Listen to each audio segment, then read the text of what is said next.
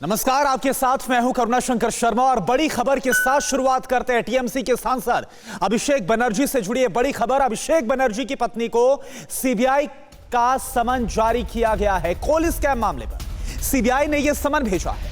अभिषेक बनर्जी की पत्नी से जल्द पूछताछ हो सकती है। सीबीआई जल्द ही पूछताछ कर सकती है। ममता बनर्जी के भतीजे हैं अभिषेक बनर्जी। टीएमसी के सांसद अभिषेक बनर्जी और उनकी पत्नी को आज दोपहर 2 बजे सीबीआई की तरफ से यह समन जारी किया गया। और इन सब के बीच इस समन को लेकर, सीबीआई की इस कार्रवाई को लेकर अभिषेक बनर्जी की तरफ से ट्वीट भी सामने आया। दोपहर 2 बजे पत्नी को समन मिला है। कानून व्यवस्था पर पूरा भरोसा है, अभिषेक बनर्जी ने ट्वीट करके ये बात कही। ऐसी कार्रवाई से हम डरने वाले नहीं हैं, हमें वो नहीं झुका सकेंगे। ये बात, ये रिएक्शन अभिषेक बनर्जी की तरफ से ट्वीट के जरिए दिया गया जब सीबीआई ने समन दिया है पूछताछ के लिए अभिषेक बनर्जी की पत्नी को। तो आपको बताना चाहेंगे कि कोयला स्कैम, कोयला तस्करी के मामले में जिसको लेकर सीबीआई की जांच पिछले साल से ही जारी है, इसी को लेकर अब अभिषेक बनर्जी, जो कि टीएमसी के सांसद है और ममता बनर्जी के भतीजे हैं, उनकी पत्नी को, अभिषेक बनर्जी की पत्नी को दोपहर 2 बजे सीबीआई की तरफ से पूछताछ के लिए समन दिया गया है।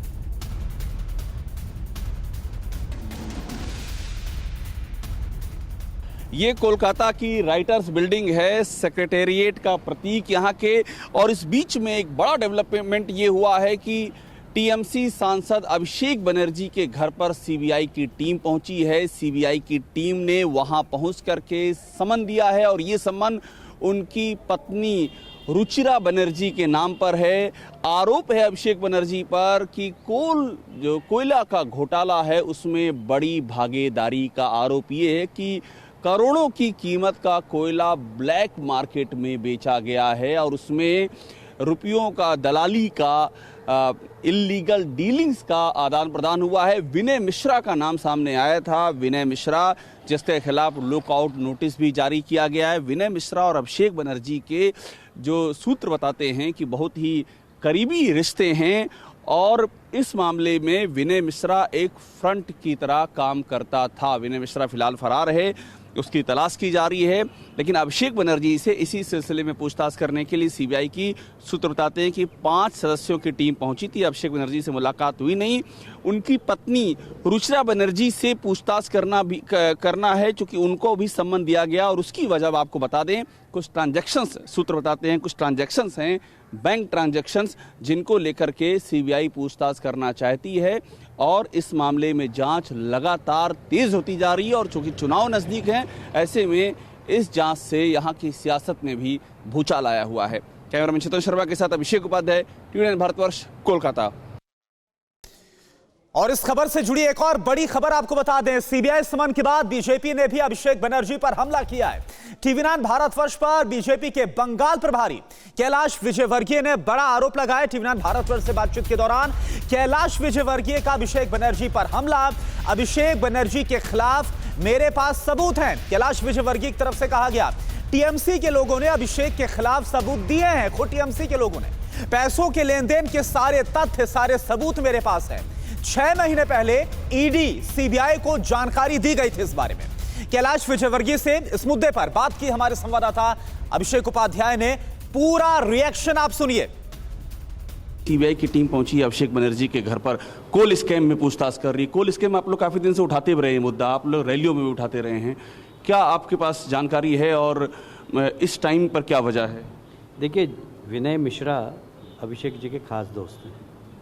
सारी वसूली, ट्रांसफ़र, पोस्टिंग वही करते थे। वो फरार हैं। मेरे पास तथ्य हैं कि अभिषेक जी, विनय मिश्रा जी एक साथ एक फ़्लाइट में विदेश गए, एक साथ होटल में रुके हैं। होटल में क्या क्या किया इस बारे में मैं कोई व्यक्तिगत जीवन में कोई प्रकाश नहीं डालना चाहता, पर मेरे पास पूरी जानकारी। कहाँ पर गए हैं ये? आप दुबई की बात कर रहे हैं? आप छोड़िए, बहुत सारे तथ्य हैं मेरे पास, पर मैं उसके बारे में कोई टिप्पणी नहीं। और फाइनेंशियल ट्रांजैक्शंस भी हैं कुछ इसमें? वो भी हुए हैं, उसकी भी जानकारी हमारे पास 6 महीने पहले आ गई थी और इन्हीं की पार्टी के लोगों ने दिया। टीएमसी के लोगों ने दी? टीएमसी के लोगों ने हमको वो तथ्य दिए कि कहाँ कहाँ कैसे कैसे पैसा जा रहा है, और वो जानकारी हमने सीबीआई और ईडी को पहले ही 6 महीने पहले दी थी। आप लोगों ने दे दी जानकारी पहले? सीबीआई ईडी ने जांच करके शायद वो पहुंचेंगे उसके पास तक, पर हमारे पास वो तथ्य आज भी उपस्थित हैं। तो क्या गिरफ्तारी की संभावना है इसमें? देखिए, अब ये तो कानूनी कार्रवाई क्या होगी उसके ऊपर मैं कोई टिप्पणी नहीं करूँगा, पर मेरा दावा है कि अभिषेक ममता जी का परिवार इसमें इन्वॉल्व है। और इन सब के बीच बंग युद्ध से जुड़ी एक और बड़ी खबर है। खबर पीरजादा अब्बास से जुड़ी, जिन्होंने भी हाल ही में अपनी पार्टी बनाई है। पीरजादा अब्बास का ममता सरकार पर बड़ा आरोप, टीएमसी हमें डराने की कोशिश कर रही है। पीरजादा अब्बास की तरफ से कहा गया, हमारे लोगों को झूठे केस में फंसा रहे हैं, टीएमसी दबाव बनाने की कोशिश कर रही है। पीरजादा अब्बास, उनकी तरफ से बयान दिया गया, टीएमसी हमारी लोकप्रियता से डर रही है। तो ममता सरकार पर, टीएमसी पर यह बड़ा आरोप। और इस मामले को लेकर पीरजादा से फोन पर खास बातचीत की हमारे संवाददाता अभिषेक उपाध्याय ने, जिसमें वो टीएमसी पर दबाव बनाने का सनसनीखेज आरोप लगा रहे हैं। आप खुद सुनिए। हेलो। हाँ हेलो। हाँ पीरजादा अब्बास साहब। हाँ बोलिए बोलिए। जी अभिषेक बोल रहा हूँ TV9 भारतवर्ष चैनल से। हाँ जी बोलिए। जी कुछ टीएमसी की ओर से आपको अप्रोच किया गया है क्या? ऐसी जानकारी मिल रही है कि टीएमसी की ओर से भी आपको अप्रोच किया जा रहा है कि टाई अप हो जाए, सीटों का कुछ समझौता हो जाए इस बाबत। हाँ भेज रहे कुछ लड़के, कुछ किसी को माध्यम से खबर मिल रही। हाँ वही जानकारी मिली है कि टीएमसी वाले अभी भी अप्रोच कर रहे हैं आपको कि कुछ समझौता हो जाए आपसे। हाँ कुछ लोग बोल रहे हैं। तो क्या सोचा है आपने? अभी तो हम लोग कुछ नहीं सोचा है, क्योंकि वो लोग तो हम लोगों को बहुत डिस्टर्ब कर रहे हैं। हाँ अभी देखिए ना, अभी चीना पार्क में आज एक मातृभाषा दिवस थे। हाँ आज 31 फरवरी हमारा जो मातृभाषा है बंगाली, हाँ उसके लिए बहुत सारे बंगाली लोग ने कुर्बान किए हैं जान। हाँ उसके हिसाब से इस दिन को हम मातृभाषा दिन, अंतर्जातीय मातृभाषा दिन पालन करके आते हैं। हाँ आज चीना पार्क में थे, 2-3 से वो लोग घुमा रहे हैं, आज नहीं काल, काल नहीं आज। हाँ। तो आज बहुत परेशान करे। आज थोड़ा एक गांव के अंदर एक थोड़ा जगह दिए थे, हाँ वहाँ पे पार्टी के लोग आके जो स्टेज बना रहे हैं उसको तोड़फोड़ कर रहे हैं, बोले नहीं होगा, यहाँ करने नहीं देंगे। हाँ। तो मेरा मानना है ये लोग भी तो बंगाली के विरुद्ध है। हाँ हाँ तो ऐसा हालत हो रहा है, बोलिए इन लोगों के साथ कैसे चले? तो इस तरह का क्यों कर रहे हैं? क्या कोई आप पर कोई दबाव डालने की कोशिश कर रहे हैं क्या? हाँ कोशिश तो कर रहे हैं। हमारे लड़का लोग को झूठा केस में फंसा रहे, हमारे लड़का लोगों को सार फोड़ रहे। नहीं मकसद क्या लग रहा है आपको? अब पीरजादा साहब मकसद क्या लग रहा है? आप चुनाव ना लड़े या आप उनसे समझौता कर लें, क्या मकसद लग रहा है? हो सकता है हमको डरा के, शायद वो जो खबर आ रहे है थोड़ा कुछ इधर उधर करके ले लो, वो भी हो सकता है।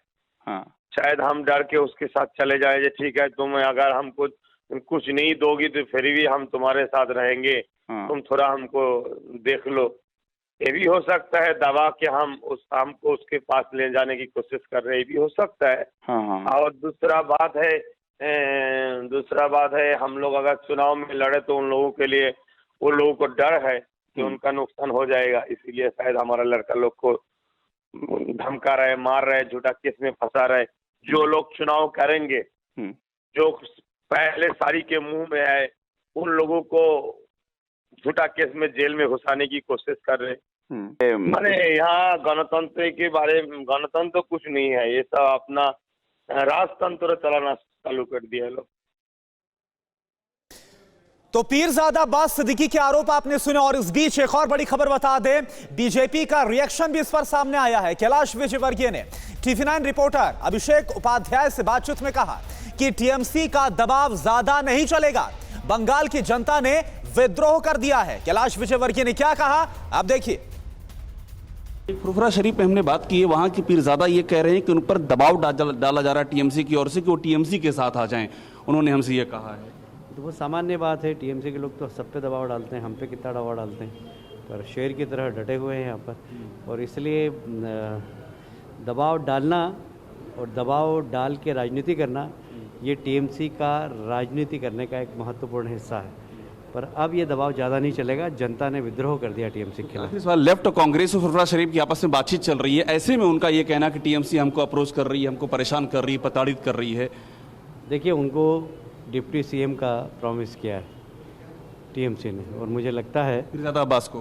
हाँ, मुझे लगता है कि इस बात पे समझौता हो भी सकता है कि वो डिप्टी सीएम क्योंकि दबाव में आ जाएंगे और आखिरी में डिप्टी सीएम के लिए वो तैयार हो जाएंगे, ऐसी मुझे एक जानकारी मिली। और इस बीच बड़ी खबर पामेला गोस्वामी मामले से जुड़ी हुई। पामेला गोस्वामी का कोकीन केस भी बंगाल चुनाव की सुर्खियां बना हुआ है, लेकिन टीवी9 भारतवर्ष पर पहली बार पामेला के पिता, जी हां वो आए हैं, पामेला के पिता तक टीवी9 भारतवर्ष जा पहुंचा। पामेला के पापा कौशिक गोस्वामी से फोन पर हुई है बातचीत और पूरी बातचीत हम आपको सुनाएंगे, लेकिन उससे पहले चलिए सीधा रुक कर रहे हैं केरल का। योगी आदित्यनाथ को सुन लेते हैं। लव जिहाद की समस्या की ओर यहां की सरकार का ध्यान आकर्षित किया था, लेकिन यहां की सरकार लव जिहाद के नाम पर प्रारंभ की जा रही यहां की पूरी व्यवस्था को ध्वस्त करने की साजिश के खिलाफ आज तक कोई प्रभावी कानून नहीं बना पाई।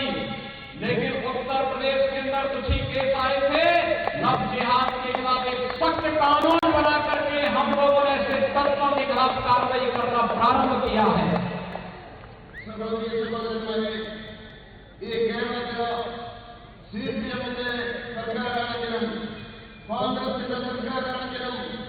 അഴിമതി മാത്രമാണ് ജനങ്ങൾക്ക് പ്രധാനം ചെയ്യുന്നത്. ജനങ്ങളുടെ പ്രശ്നങ്ങൾ പരിഹരിക്കുവാൻ വേണ്ടി ഈ മണ്ണില് അവരൊന്നും ചെയ്തിട്ടില്ല. ഈ ഭൂമിയില്, കേരളത്തിന്റെ ഭൂമിയില് അവിവസ്ഥയും അതുപോലെ തന്നെ അരാജകത്വവും കൊണ്ടുവരുവാൻ വേണ്ടിയാണ് അവർ ശ്രമിച്ചിട്ടുള്ളത്. 2009 ഈ കേരളത്തിന്റെ ന്യായാലയം അറിയുകയുണ്ടായി, ഈ കേരളത്തില് ലൗകികാരുടെ പേരുള്ള, എന്നാൽ ആ ലൗകികാരെ നിയന്ത്രിക്കുന്നതിന് വേണ്ടിയുള്ള നടപടികളൊന്നും സ്വീകരിച്ചില്ല എന്ന് മാത്രമല്ല, അതിനനുകൂലമായിട്ടുള്ള നടപടികളാണ് ഇവിടുത്തെ സർക്കാർ സ്വീകരിച്ചുകൊണ്ടിരിക്കുന്നത്. എന്നാൽ ഉത്തർപ്രദേശിലെ സർക്കാർ ആ ലൗകികാരെ നിയന്ത്രിക്കുന്നതിന് വേണ്ടി ശക്തമായിട്ടുള്ള നിയമമുണ്ടാക്കി എന്ന് പറയുവാൻ ഞാൻ ആഗ്രഹിക്കുകയാണ്. मित्रों, लव जिहाद के बारे में यहां की न्यायालय ने 2009 में इस बात को स्पष्ट किया था कि लव जिहाद केवल जैसे स्टेट को इस्लामिक स्टेट बनाने की साजिश का हिस्सा है, उस सब के बावजूद यहां की सरकार सोई हुई है। उसे चिंता नहीं है न सुरक्षा की और नहीं इसकी आड़ में केरल के खिलाफ और देश के खिलाफ की जा रही साजिश के बारे में कोई प्रभावी कार्रवाई नहीं हो पा रही है।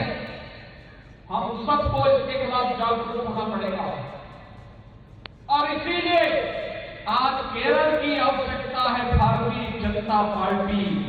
भारतीय जनता पार्टी न केवल आपको समृद्धि का बल्कि प्रत्येक नागरिकों बिना भेदभाव के सुरक्षा की गारंटी भी दे सकती है।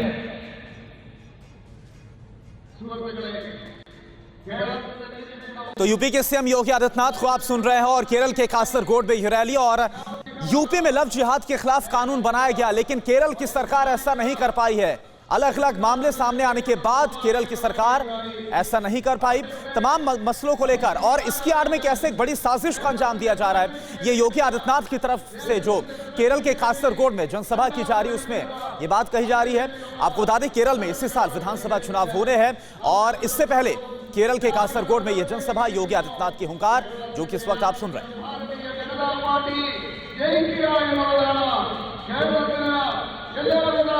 സൗകര്യം നൽകുക എന്ന് മാത്രമല്ല, ഓരോ പൗരനും ഭേദഭാവമില്ലാതെ അവന് ക്ഷേമ പ്രവർത്തനങ്ങൾ നടത്തുക എന്നുള്ളതാണ് ഭാരതീയ ജനതാ പാർട്ടിയുടെ ലക്ഷ്യം.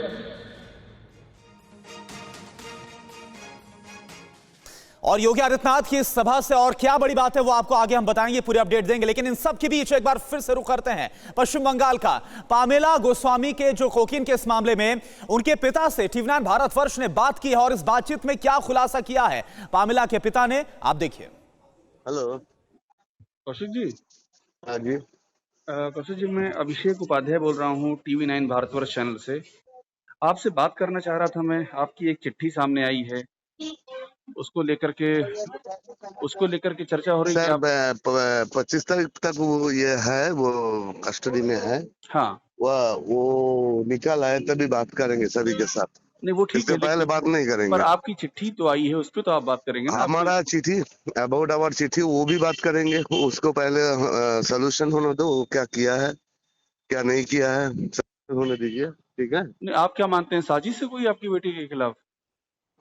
हाँ जी, आपकी बेटी के खिलाफ कोई साजिश हुई है आप मानते हैं? डेफिनेट साजिश नहीं हुई तो हम इतना आता ही नहीं, कल जाता ही नहीं अलीपुर कोर्ट तक। तो वो आपने प्रिंसिपल का ही है। तो आपने अगर कोई फिर क्यों- साजिश नहीं हुआ तभी हम कोर्ट तक नहीं जाते। तो आपने फिर क्यों शिकायत की थी अगर साजिश हुई है तो अप्रैल में आपने चिट्ठी क्यों लिखी थी कि वो trust लेती? वो दूसरा बात था। अच्छा इसके साथ उसका कोई रिलेशन ही नहीं है। अच्छा वो दूसरा कोई वो दूसरा बात था। अच्छा उसमें वो एक दूसरा बात था। वो बाद में 25 तारीख के बाद ही बात करेंगे सर। उसमें कोकीन का मामला नहीं था, वो दूसरा मामला था आप ये कह रहे नहीं, हैं। कुकिंग का मामला नहीं था। तो ये साजिश किसने किया है, क्या लगता है आपको साजिश किसने किया आपकी बेटी के खिलाफ? वो तो हमको मालूम है। देखो हम दूसरा वर्ल्ड का है, हाँ, ठीक है। हम सेल्स में काम करते हैं, सेल्स रिप्रेजेंटेटिव है। हाँ, वो काम करता है। हम घर में ज्यादा देर तक रहता नहीं, तो वो साजिश वो मैंने अभी पॉलिटिक्स में है। हाँ। पॉलिटिक्स तो आप जानते हैं सर। हाँ हमको सर क्या पूछना, हमसे अच्छा आपको जानकारी है पॉलिटिक्स करने वालों को साथ क्या होता है। तो ये इलेक्शन के पहले आप कह रहे हैं ऐसा हुआ, ये पॉलिटिकल साजिश आप कह रहे हैं? जी, और क्या है। वो कोकेन खा के कभी स्टेज में जाके कोई प्रोग्राम कर सकता है? बेटी आपके साथ नहीं रहती थी, आपने घर से निकाल दिया था? हाँ। ऐसी बात है कि नहीं, आपने घर से बाहर कर दिया घर था? से नहीं निकल लिया। वो उसका मर्जी, वो घर से निकाले। वो बिजनेस करते हैं, उसका अलग सा फ्लैट लिया है। वो हमने निकाला नहीं। अच्छा, आपकी मुलाकात हो पाई जब से अरेस्ट हुआ उसके बाद से बेटी से मुलाकात हो नहीं, पाई आपकी? मुलाकात करने के लिए बहुत मैंने ये है, मैंने दिल में बहुत आशा है। बेटी से आप संपर्क में थे, आपकी बातचीत होती रहती थी बेटी से? हाँ, अरेस्ट से पहले बातचीत हुई थी आपकी कभी इधर 3-4-5 दिन में? आप 3-4 दिन उसका माँ के साथ तो हर रोज बात होता है। हाँ अभी पॉलिटिक्स में है, ये तो मैंने उसको हटाने के लिए ऐसे किया। वो भी ये भी हो सकता है क्या किसने हुआ किया होगा, लेकिन आपको क्या लगता है क्या होगा उसके साथ। अगर थोड़ा भी बात कर पाते हैं तो हमको पूरा का पूरा सच बता देता है। जो पापा ऐसा ऐसा हुआ है, वो हमको छू के कभी झूठ नहीं बोलेगा। और वक्त है एक बहुत छोटे से ब्रेक का।